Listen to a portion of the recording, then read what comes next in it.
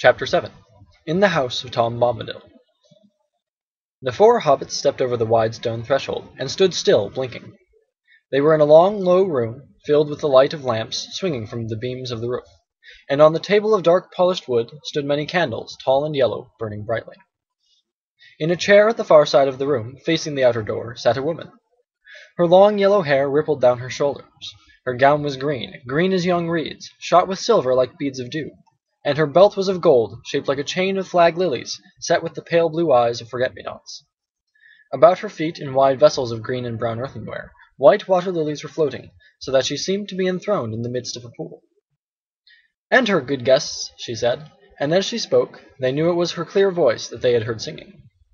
They came a few timid steps further into the room, and began to bow low, feeling strangely surprised and awkward, like folk that, knocking at a cottage door to beg for a drink of water, have been answered by a fair young elf-queen clad in living flowers. But before they could say anything, she sprang lightly up and over the lily bowls, and ran laughing towards them, and as she ran her gown rustled softly like the wind in the flowering borders of a river. "Come, dear folk," she said, taking Frodo by the hand, "laugh and be merry. I am Goldberry, daughter of the river." Then lightly she passed them, and closing the door she turned her back to it, with her white arms spread out across it. "Let us shut out the night," she said, "for you are still afraid, perhaps, of mist and tree shadows and deep water and untamed things. Fear nothing, for tonight you are under the roof of Tom Bombadil." The hobbits looked at her in wonder, and she looked at each of them and smiled. "Fair Lady Goldberry," said Frodo at last, feeling his heart moved with a joy that he did not understand. He stood as he had at times, enchanted by fair elven voices, but the spell that was now laid upon him was different. Less keen and lofty was the delight, but deeper and nearer to mortal heart, marvellous and yet not strange. "Fair Lady Goldberry," he said again, "now the joy that was hidden in the songs we heard is made plain to me. O slender as a willow wand, O clearer than clear water, O reed by the living pool, fair river daughter. O springtime and summertime, and spring again after. O wind on the waterfall and the leaves' laughter." Suddenly he stopped and stammered, overcome with surprise to hear himself saying such things. But Goldberry laughed. "Welcome," she said. "I had not heard that folk of the Shire were so sweet-tongued. But I see you are an elf friend. The light in your eyes and the ring in your voice tells it. This is a merry meeting. Sit now and wait for the master of the house. He will not be long. He is tending to your tired beasts." The hobbits sat down gladly in low rush-seated chairs, while Goldberry busied herself about the table, and their eyes followed her, for the slender grace of her movement filled them with quiet delight. From somewhere behind the house came the sound of singing. Every now and again they caught, among many a dairy doll and a merry doll and a ring-a-dong-dillo, the repeated words, "Old Tom Bombadil is a merry fellow, bright blue his jacket is, and his boots are yellow." "Fair lady," said Frodo again after a while, "tell me, if my asking does not seem foolish, who is Tom Bombadil?" "He is," said Goldberry, staying her swift movements and smiling. Frodo looked at her questioningly. "He is, as you have seen him," she said in answer to his look. "He is the master of wood, water, and hill." "Then all this strange land belongs to him?" "No, indeed," she answered, and her smile faded. "That would indeed be a burden," she added in a low voice, as if to herself. "The trees and the grasses and all things growing or living in the land belong each to themselves. Tom Bombadil is the master. No one has ever caught old Tom walking in the forest, wading in the water, leaping on the hilltops under light and shadow. He has no fear. Tom Bombadil is master." A door opened, and in came Tom Bombadil. He had now no hat, and his thick brown hair was crowned with autumn leaves. He laughed, and going to Goldberry, took her hand. "Here's my pretty lady," he said, bowing to the hobbits. "Here's my Goldberry, clothed all in silver green, with flowers in her girdle. Is the table laden?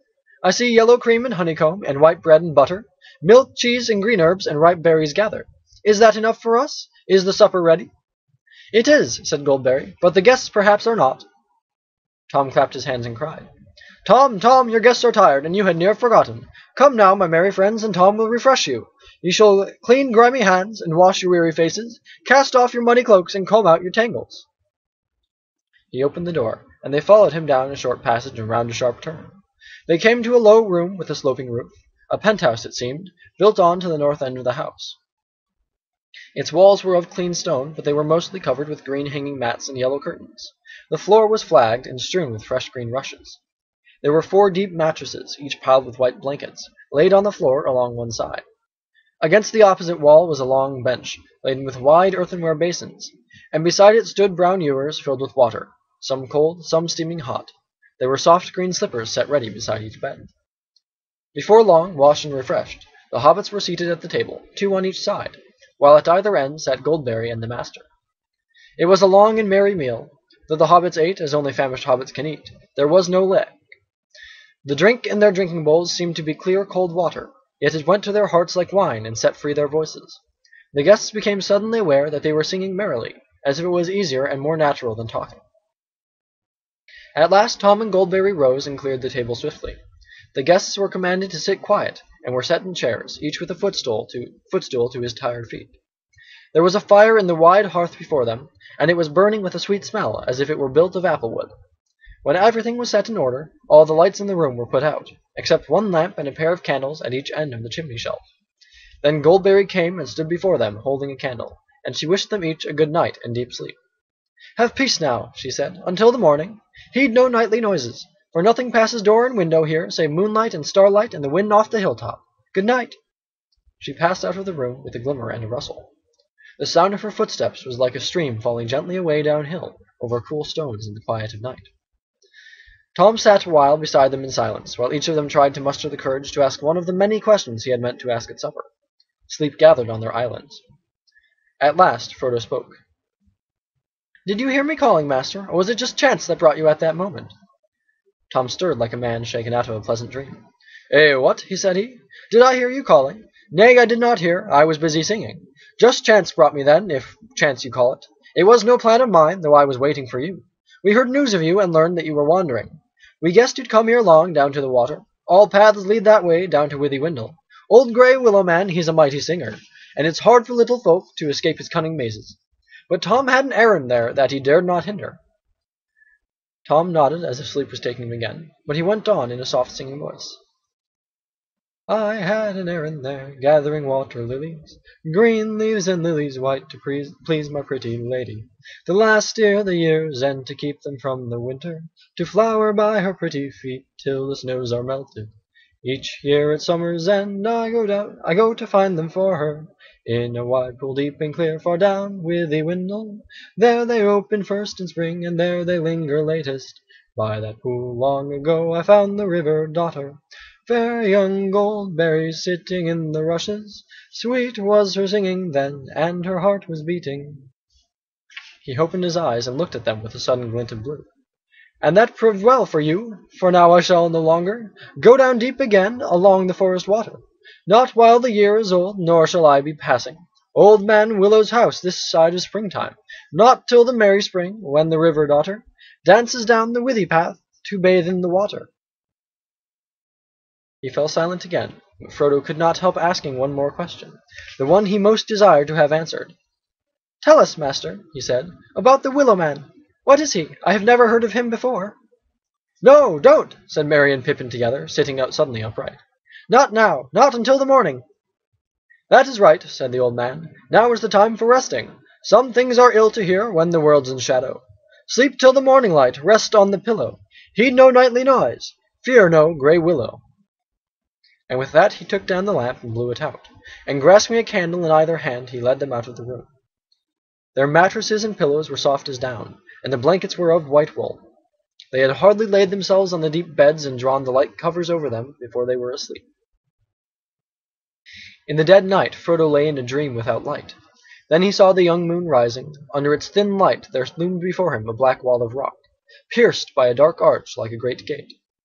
It seemed to Frodo that he was lifted up, and passing over he saw that the rock wall was a circle of hills, and that within it was a plain, and in the midst of the plain stood a pinnacle of stone, like a vast tower but not made by hands. On its top stood the figure of a man. The moon as it rose seemed to hang for a moment above his head, and glistened in his white hair as the wind stirred it. Up from the dark plain below came the crying of fell voices, and the howling of many wolves. Suddenly a shadow, like the shape of great wings, passed across the moon. The figure lifted his arms, and a light flashed from the staff that he wielded. A mighty eagle swept down and bore him away. The voices wailed and the wolves yammered. There was a noise like a strong wind blowing, and on it was borne the sound of hoofs, galloping, galloping, galloping from the east. "Black riders!" thought Frodo as he wakened. with the sound of hoofs still echoing in his mind. He wondered if he would ever again have the courage to leave the safety of these stone walls. He lay motionless, still listening, but all was now silent, and at last he turned and fell asleep again, or wandered into some other unremembered dream. At his side, Pippin lay dreaming pleasantly, but a change came over his dreams, and he turned and groaned. Suddenly he woke, or thought he had waked, and yet still heard in the darkness the sound that had disturbed his dream. Tip-tap, squeak. The noise was like branches fretting in the wind, twig fingers scraping wall and window.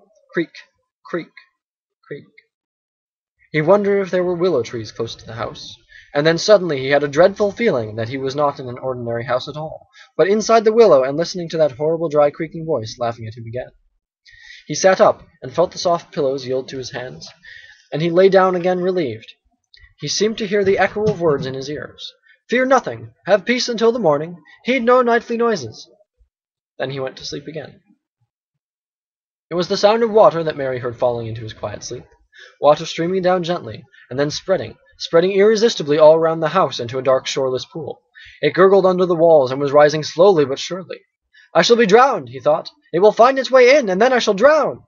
He felt that he was lying in a soft, slimy bog, and springing up, he set his foot on the corner of a cold, hard flagstone. Then he remembered where he was and lay down again. He seemed to hear or remember hearing nothing past his doors or windows save moonlight and starlight and the wind off the hilltop. A little breath of sweet air moved the curtain. He breathed deep and fell asleep again. As far as he could remember, Sam slept through the night in deep content, if logs are contented. They woke up, all four at once, in the morning light. Tom was moving about the room, whistling like a starling. When he heard them stir, he clapped his hands and cried, Hey, come merry doll, dairy doll, my hearties! He drew back the yellow curtains, and the hobbit saw that these had covered the windows at either end of the room, one looking east and the other looking west. They leapt up refreshed. Frodo ran to the eastern window and found himself looking into a kitchen garden grey with dew. He had half expected to see turf right up to the walls, turf all pocked with hoofprints. Actually, his view was screened by a tall line of beans on poles, but above them and far beyond, the grey top of the hill loomed up against the sunrise. It was a pale morning. In the east, behind long clouds like lines of soiled wool stained red at the edges, lay glimmering deeps of yellow. The sky spoke of rain to come, but the light was broadening quickly, and the red flowers on the beans began to glow against the wet green leaves. Pippin looked out of the western window, down into a pool of mist. The forest was hidden under a fog. It was like looking down onto a sloping cloud roof from above.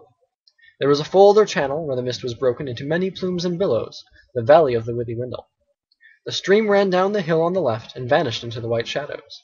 Near at hand was a flower garden and a clipped hedge silver-netted, and beyond that grey-shaven grass pale with dewdrops. There was no willow tree to be seen. "Good morning, merry friends," cried Tom, opening the eastern window wide. A cool air flowed in. It had a rainy smell. "Sun won't show her face much today, I'm thinking. I have been walking wide, leaping on the hilltops, since the grey dawn began, nosing wind and weather. Wet grass underfoot, wet sky above me. I waken Goldberry singing under the window, but not wakes hobbit folk in the early morning. In the night little folk wake up in the darkness, and sleep after light has come. Ring-a-ding-dillo, wake now, my merry friends, forget the nightly noises. Ring-a-ding-dillo-dell, dairy-dell, my hearties. If you come soon, you'll find breakfast on the table. If you come late, you'll get grass and rain-water." Needless to say, not that Tom's threat sounded very serious. The hobbits came soon, and left the table late and only when it was beginning to look rather empty. Neither Tom nor Goldberry were there. Tom could be heard about the house, clattering in the kitchen, and up and down the stairs, and singing here and there outside. The room looked westward over the mist-clouded valley, and the window was open. Water dripped down from the thatched eaves above. Before they had finished breakfast, the clouds had joined into an unbroken roof, and a straight grey rain came softly and steadily down. Behind its deep curtain, the forest was completely veiled. As they looked out of the window, there came falling gently, as if it was flowing down the rain out of the sky, the clear voice of Goldberry singing up above them. They could hear few words, but it seemed plain to them that the song was a rain-song, as sweet as showers on dry hills, that told the tale of a river from the spring in the highlands to the sea far below. The hobbits listened with delight, and Frodo was glad in his heart, and blessed the kindly weather, because it delayed them from departing.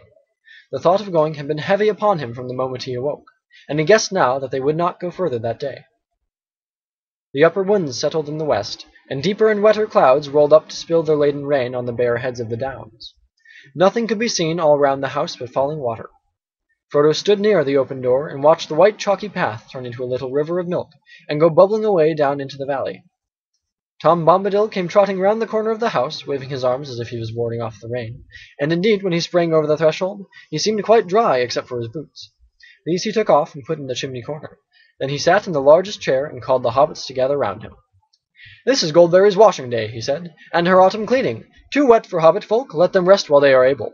It's a good day for long tales, for questions and for answers, so Tom will start the talking." He then told them many remarkable stories, sometimes half as if speaking to himself, sometimes looking at them suddenly with a bright blue eye under his deep brows. Often his voice would turn to song, and he would get out of his chair and dance about. He told them tales of bees and flowers, the ways of trees, and the strange creatures of the forest, about evil things and good things, things friendly and things unfriendly, cruel things and kind things, and secrets hidden under brambles. As they listened, they began to understand the lives of the forest apart from themselves, indeed to feel themselves as the strangers where all other things were at home. Moving constantly in and out of his talk was Old Man Willem, and Frodo learned now enough to content him, indeed more than enough, for it was not comfortable lore. Tom's words laid bare the hearts of trees and their thoughts, which were often dark and strange, and filled with a hatred of things that go free upon the earth, gnawing, biting, breaking, hacking, burning, destroyers and usurpers. It was not called the Old Forest without reason, for indeed it was ancient, a survivor of vast forgotten woods, and in it there lived yet, aging no quicker than the hills, the fathers of trees, remembering times when they were lords. The countless years had filled them with pride and rooted wisdom, and with malice. But none were more dangerous than the great willow. His heart was rotten, but his strength was green, and he was cunning and a master of winds, and his song and thought ran through the woods on both sides of the river. His grey, thirsty spirit drew power out of the earth, and spread like fine root-threads in the ground, and invisible twinkling fingers in the air, till it had under its dominion nearly all the trees of the forest, from the hedge to the downs. Suddenly Tom's talk left the woods and went leaping up the young stream, over bubbling waterfalls, over pebbles and worn rocks, and among small flowers and close grass and wet crannies, wandering at last up onto the downs.